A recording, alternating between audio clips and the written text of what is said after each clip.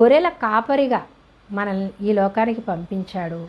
మనల్ని ఆయన రక్తంలో కొన్నాడు కాబట్టి మనము ఆయన పిల్లలమయ్యాం కాబట్టి మనము ఆయన మేపే గొర్రెలం కాబట్టి మనము పిల్లల్ని కనాలి.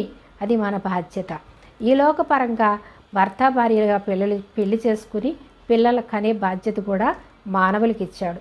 ఎందుకు మరి 9 నెలలు అంత కష్టపడి పిల్లల్ని కనాలి, అంత నొప్పులు భరించి పిల్లల్ని ఎందుకు కనాలి అని మనం అనుకుంటే పిల్లలు మనం కంటామా?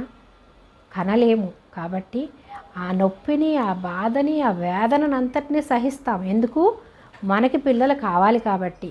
అలాగే యేసు ప్రభు వారి లోకానికి వచ్చి మనం పిల్లలుగా చేసుకోవడానికి ఆయన ఈ లోకంలో తన రక్తాన్ని కార్చాడు. తను మృత్యుంజయుడిగా తిరిగి లేచాడు. ఎన్నో శ్రమలు, వేదనలు ఈ లోకంలో భరించాడు.